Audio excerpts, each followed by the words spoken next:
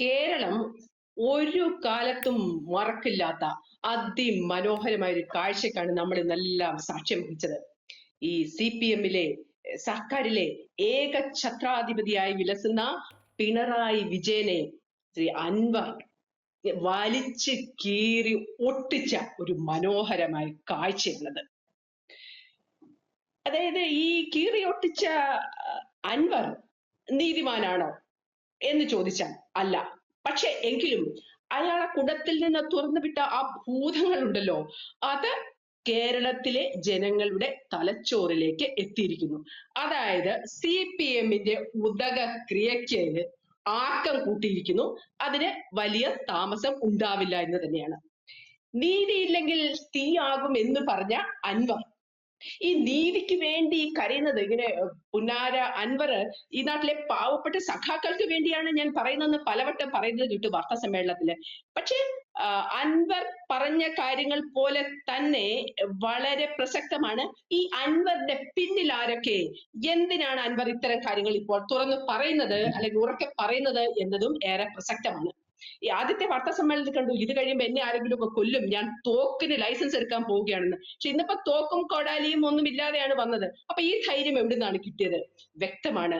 ഒന്ന്, ഈ മലപ്പുറത്തെ മുസ്ലിങ്ങളുടെ ഇടയിൽ സ്വാധീനം ചെലുത്തി അവിടെ വോട്ട് ബാങ്ക് ഉണ്ടാക്കി അങ്ങോട്ടൊരു ഇൻട്രോഡ് ഉണ്ടാക്കുവാൻ വേണ്ടിയാണ് യഥാർത്ഥത്തിൽ അൻവറിനെ പോലുള്ളവരെ, അൻവറിനെ, ജലീലിനെ ഒക്കെ പോലെയുള്ളവരെ CPM അവിടെ ലോഞ്ച് ചെയ്തതും ജയിപ്പിച്ചതും ഒക്കെ. പക്ഷെ ഇത് ഏതാണ്ട് ഈ ഭസ്മാസുരന് ഒരു വരം കൊടുത്ത അവസ്ഥയിലായി മാറിയിരിക്കുന്നു.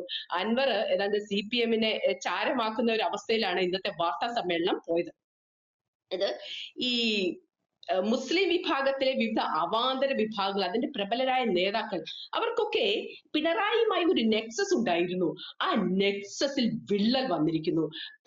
അവർക്ക് കൊടുത്ത പല വാക്കും പാലിക്കാൻ പിണറായിക്ക് സാധിക്കുന്നില്ല. അതുകൊണ്ട് തന്നെ ആ അവാന്തര വിഭാഗങ്ങൾ, അതിശക്തരായ മുസ്ലിംലെ ചില നേതാക്കൾ, ചില വിഭാഗങ്ങൾ അൻവറിന്റെ ഒപ്പമുണ്ട് എന്ന കാര്യത്തിൽ യാതൊരു സംശയവുമില്ല. അതുപോലെ തന്നെ മറ്റൊന്നാണ്, അൻവർ പറഞ്ഞ ഒരു കാര്യം വളരെ പ്രസക്തമാണ്, നമ്മൾ പ്രത്യേകം ശ്രദ്ധിക്കേണ്ടതുണ്ട്. ഇത് റിയാസിന് വേണ്ടിയാണ് മുഖ്യമന്ത്രി പിണറായി ഇതെല്ലാം ചെയ്യുന്നത്. അപ്പോൾ റിയാസിന് വേണ്ടി പിണറായി ഇതൊക്കെ ചെയ്യുന്നതിൽ ആർക്കാണ് അങ്കലാപ്പ്? തീർച്ചയായിട്ടും ഇന്ന് CPM-ല് പിണറായി പക്ഷം, പിണറായിയെ അനുകൂലിക്കുന്നവരും പിണറായിയെ പ്രതികൂലിക്കുന്നവരും എന്ന ഒരു രണ്ട് പക്ഷം ഉണ്ടായിരിക്കുന്നു. ആ പിണറായിയെ പ്രതികൂലിക്കുന്ന, എതിർക്കുന്ന, നാളെ ഇനി ഒരു ഊഴം കൂടി വന്നാൽ എനിക്ക് എന്നൊക്കെ ദിവാസ്വപ്നം കാണുന്ന, അതൊരു മലർപ്പൊടിക്കാരുടെ സ്വപ്നമാണ് എന്നത് വേറെ കാര്യം, ഒക്കെ സ്വപ്നം കാണുന്ന ചിലരൊക്കെ ഈ അൻവറിന്റെ പിന്നിലുണ്ട് എന്നതാണ് യാഥാർത്ഥ്യം. ലോക്കൽ സമ്മേളനങ്ങളൊക്കെ നടക്കാൻ പോവുകയാണ്, ഇവിടുത്തെ സമ്മേളനങ്ങൾ CPM നടക്കാൻ പോവുകയാണ്. ഇപ്പൊ പത്തനംതിട്ടയിലും ആലപ്പുഴയിലും ഒക്കെ കൂട്ടമായിട്ടാണ് പാർട്ടി സഖാക്കൾ രാജിവെക്കുന്നത്. അവിടെയൊക്കെ ഇവരെങ്ങനെയാണ് സമ്മേളനങ്ങൾ നടത്താൻ പോകുന്നത്? സമ്മേളനം ഒരു വലിയ ചോദ്യചിഹ്നമായി മാറും എന്ന കാര്യത്തിൽ യാതൊരു സംശയവുമില്ല.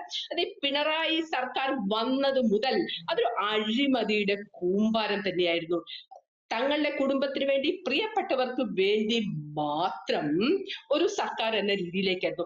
ആദ്യം മുതൽ തന്നെ ഈ പോലീസുമായുള്ള നെക്സസ് എന്നൊക്കെ എല്ലാവരും പറഞ്ഞല്ലോ. ശ്രീ ഷാജഹാനും പറയുന്നത് കേട്ടു, ശ്രീ പോലീസിനെ ഉപയോഗിച്ചുകൊണ്ട് ഗുണ്ടായിസം കാണിക്കുന്ന, കൊലപാതകത്തിലേക്ക് വരെ കാര്യങ്ങൾ എത്തിക്കുന്ന ഒരു രീതി തന്നെയായിരുന്നു ഒന്നാം പിണറായി സർക്കാരിന്റെ കാലം തൊട്ടുണ്ടായിരുന്നത്.